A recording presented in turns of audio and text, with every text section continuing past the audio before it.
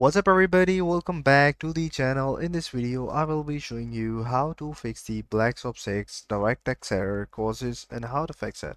So let's dive right into the video.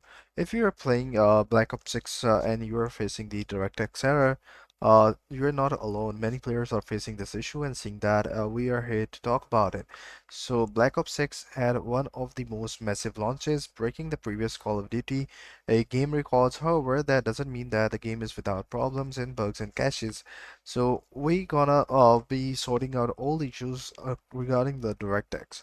So the DirectX error comes like this. So that could be handy. So what you guys need to do is to first verifying and repairing the Black Ops 6 game files. How you can do it? All you have to do is to open the Steam, navigate to the library in here, and then go to the home. Right click on the game and select the properties option.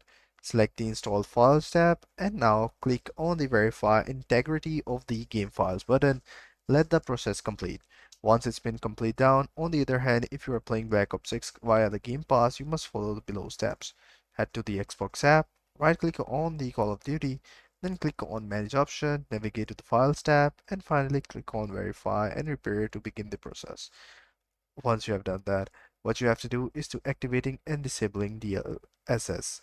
So for that, what you have to do is to simply go into the setting of the graphics, and in the graphics setting, all you have to do is to turn off the upscaling, sharpening, or dynamic resolution.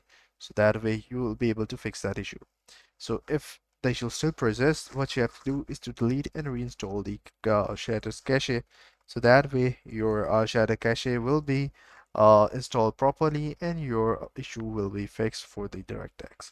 So that's how you can do it. I hope you find this video helpful. If you do, please consider subscribing to our channel, hit the bell icon, and don't forget to comment under the video.